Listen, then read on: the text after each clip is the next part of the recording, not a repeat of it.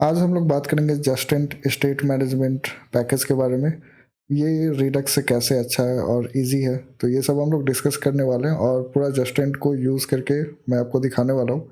तो सबसे पहले कि जस्ट एंड है क्या, अगर जिनको नहीं पता है, तो जैसे रिडक्स एक स्टेट मैनेजमेंट पैकेज है, लाइब्रेरी है, जिसके थ्रू हम लोग अगर एक कंपोनेंट से दूसरे कंपोनेंट में अपने स्टेट या डेटा को ट्रांसफ़र करना चाहते थे और उसमें बहुत प्रॉब्लम आता है। आई मीन अगर आप रेडक्स का यूज़ नहीं कर रहे तो आपको प्रॉप्स का यूज़ करना पड़ेगा, नहीं तो कॉन्टेक्स्ट एपीआई वगैरह का यूज़ करना पड़ेगा। तो ये काफ़ी कॉम्प्लिकेटेड हो जाता है। तो उसके जगह पे हम लोग जस्टेंट का यूज़ कर सकते हैं। आई मीन या तो आप रेडक्स का यूज़ करिए, नहीं तो जस्टेंट का यूज़ करिए। दोनों ही अच्छा पैकेज है, लेकिन जस्टेंट काफ़ी ईज़ी है और ये काफ़ी तेज़ी से ग्रो कर रहा है। मैं ऐसा क्यों बोल रहा हूँ, क्योंकि आप इसके डाउनलोड्स को देख सकते हैं, जहाँ पे पहले ये 2022 में 5,47,000 था, वहीं पे बढ़ के ये 1,00,000 आई मीन 16 लाख चला गया। और वहीं अगर जस्टेंट की बात करें तो इसका जो डाउनलोड्स है स्टेबल है।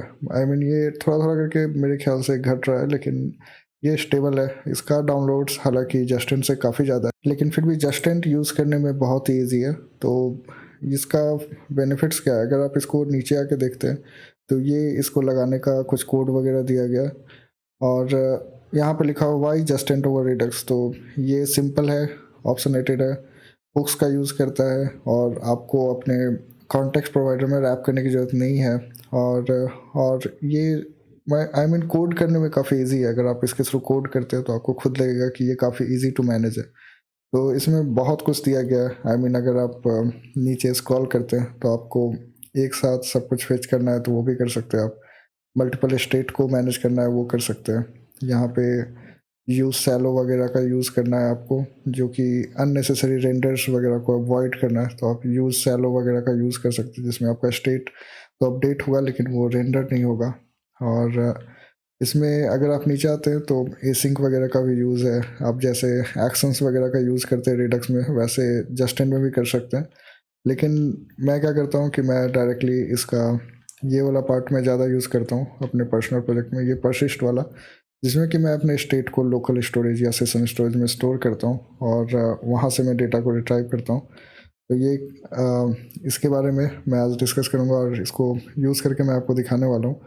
तो सबसे पहले तो मैंने उसके लिए एक रिएक्ट का ऐप बना के रखा है और यहाँ पे अगर मैं मॉडिफाई पे क्लिक करता हूँ तो यहाँ पे कुछ डेटा है। जैसे अगर मैं कुछ डेटा लिख रहा हूँ, कुछ मैंने डेटा लिखा और कुछ भी रैंडम डाल के मैं सेव कर रहा हूँ, तो यहाँ पे ये डेटा नहीं आ रहा है क्योंकि ये कंपोनेंट से दूसरे कंपोनेंट में जा रहा है। और अगर इसको इधर लाना है तो मैं प्रॉप्स के थ्रू ला सकता हूँ, या फिर मैं स्टेट मैनेजमेंट लाइब्रेरी जैसे कि जस्टेंट वगैरह का यूज़ कर सकता हूँ। तो सबसे पहले मैं क्या करूँगा, मैं अपने कोड पे आ जाऊँगा और यहाँ पे जो index.js है, आप कहीं पे भी एक अलग से डायरेक्टरी क्रिएट करके स्टोर का वहाँ पे भी आप रख सकते हैं अगर आपको डिफरेंट स्टोर्स रखना है। लेकिन यहाँ पे मैं सिंगल स्टोर क्रिएट करने वाला हूँ ऐप स्टोर के नाम से, app store dot J S. और ये जो app store dot J S है, इसका फाइल मैं डायरेक्टली ये वाला जो फाइल है इसको कॉपी कर लेता हूँ और यहाँ पे मैंने पेस्ट कर लिया। और इसका नाम मैं यूज़ फिश स्टोर से हटा के यूज़ ऐप स्टोर कर देता हूँ। और यहाँ पे मैं export default use app store आ गया। अब यहाँ पे क्या होता है कि आपका स्टोर अगर ये जैसा कि दिया गया लोकल स्टोरेज या सेशन स्टोरेज में स्टोर होता है तो उसका नाम क्या होगा, तो ये नाम आप यहाँ से सोच सकते हैं। जैसे अगर मैं इसको ऐप स्टोर करना चाहूँ तो मैं ऐप स्टोर कर सकता हूँ। और ये वाला जो है लाइन, अगर मैं इसको कमेंट करता हूँ तो हमारा डेटा लोकल स्टोरेज पे स्टोर होगा, अगर नहीं कमेंट करता हूँ तो सेशन स्टोरेज पे होगा। वो मैं अभी दिखा दूंगा थोड़ी देर में। फ़िलहाल मैं इसको कमेंट कर देता हूँ क्योंकि मैं चाहता हूँ कि जो हमारा डेटा है वो लोकल स्टोरेज पे सेव हो। और यहाँ पे मैं यूज़र डेटा नाम का एक स्टेट ले लेता हूँ और इसका जो टाइप होगा वो जेसन टाइप होगा। और यहाँ पे मैं एक और स्टेट क्रिएट करूँगा, अपडेट यूज़र डेटा। और ये वाला जो है मैं इसको कॉपी करके यहाँ पेस्ट कर दूँगा। और ये गेट का मैं यूज़ नहीं कर रहा हूँ क्योंकि मैं डायरेक्टली इसको यूज़ स्टेट हुक की तरह यूज़ करने वाला हूँ। और ये जो यूज़र डेटा है मुझको यहाँ पास करना होगा। अब उसके बाद ये हमारा स्टोर रेडी है। बस इतना करने से हमारा स्टोर रेडी हो जाता है। अब आप हमारे कोड पे आते हैं तो यहाँ पे माई प्रोफाइल है और मॉडिफाई है, मॉडिफाई वाला अपडेट में जा रहा है। तो अगर मैं अपडेट वाले कंपोनेंट में जाता हूँ जो कि ये प्रोफाइल फॉर्म है, और यहाँ पे मुझे कुछ कोड दिया गया है जो कि हैंडल सबमिट करता है और कंसोल डॉट लॉग में हमारा फॉर्म डेटा आ रहा है, जो कि मैं आपको दिखा देता हूँ। अगर मैं कंसोल में जा रहा हूँ और यहाँ पे मैंने कुछ भी लिखा, ये @ कुछ भी लिखा मैंने, तो ये हमारे पास वो डेटा आ रहा है। लेकिन ये डेटा लोकल स्टोरेज में नहीं जा रहा है। लोकल स्टोरेज मेनली ये होता है, ये ऐप स्टोरेज है। थोड़ी देर पहले मैं ट्राई कर रहा था, इसको मैंने डिलीट कर दिया। अब यहाँ पे लोकल स्टोरेज है, तो जैसे ही मैं मॉडिफाई करके इसको सेव करूँगा तो ये लोकल स्टोरेज में सेव होना चाहिए। तो उसके लिए सबसे पहले मैं इंपोर्ट कर लेता हूँ यूज़ ऐप स्टोर को। और यहाँ पे जो हमारा यूज़ ऐप स्टोर है, ऐसे कुछ भी लिख सकते हैं हम लोग, कांस्टेंट।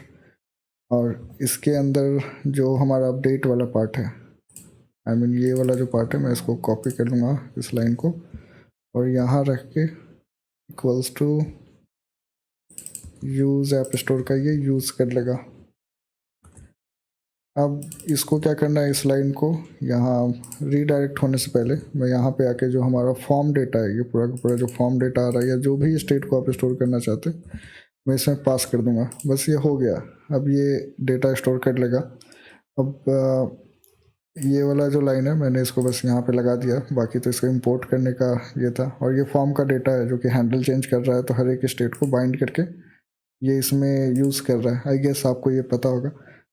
तो अगर अभी मैं इसको देखता हूँ, जैसे हमारा ये लोकल स्टोरेज है, और अभी अगर मैं कुछ स्टोर कर रहा हूँ, जैसे email abc@a.com मैंने किया, और कुछ भी करके अगर मैंने सेव किया, तो यहाँ पे आप देख सकते हैं एक ऐप स्टोरेज आया, और उसमें जो भी abc@a.com हमारा डेटा यहाँ पे आ चुका है। ये इजी है काफ़ी। अब उसके बाद अगर मुझे डेटा अपने इस कंपोनेंट में चाहिए, माई प्रोफाइल वाले में, तो मैं माई प्रोफाइल वाले कंपोनेंट में आऊँगा, और वहाँ पे फिर से जो मैंने इंपोर्ट का पूरा प्रोसेस किया था उसको मैं फिर से करूँगा। तो ये वाला जो लाइन है इसको मैं कॉपी कर लेता हूँ, और यहाँ पे मैंने पेस्ट कर दिया। और नीचे से जो ये वाला लाइन है इसको कॉपी कर लूँगा, और जो कि अभी मैंने लिखा था थोड़ी देर पहले, इसको मैं यहाँ पे रख देता हूँ। और यहाँ पे अपडेट की जगह पे मुझे यूज़ करना है ये यूज़र डेटा, क्योंकि ये user data update user data को अपडेट कर रहा है, तो इसलिए ये यूज़र डेटा का यूज़ मुझे करना होगा। तो यहाँ पे मैं यूज़र डेटा का यूज़ कर लेता हूँ।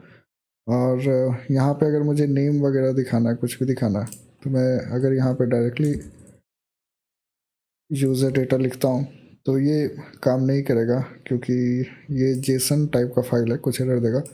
लेकिन अगर मैं यूज़र डेटा डॉट नेम लिख लेता हूँ तो ऑब्वियसली ये काम कर जाएगा। और ये यहाँ पे मैं यूज़र डेटा डॉट ईमेल लिख लूँगा,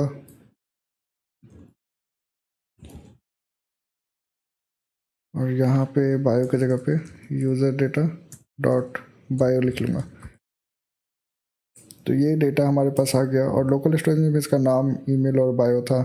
और यहाँ पे ये सेव कैसे हो रहा है, तो ये प्रोफाइल फॉर्म से सेव हो रहा है, नेम ईमेल बायो, ये डेटा फॉर्म डेटा में जा रहा है यूज़र स्टेट के थ्रू। और जैसे कोई सबमिट पे क्लिक कर रहा है तो ये जो हमारा स्टेट है वो अपडेट हो जा रहा है, और यहाँ से हम अपने स्टेट को वापस से रिट्राइव कर पा रहे हैं और उसको शो कर पा रहे हैं। तो इतनी आसानी से हम लोग अपने डिफरेंट कंपोनेंट्स के बीच में डेटा को ट्रांसफ़र कर सकते हैं। और ये इंस्टेंट होता है। आई मीन जैसे रिडक्स वगैरह में एक स्टेट अपडेट करने पे दूसरा कंपोनेंट में रिफ्लेक्ट होता है, यहाँ भी एग्जैक्टली वैसे ही काम करता है।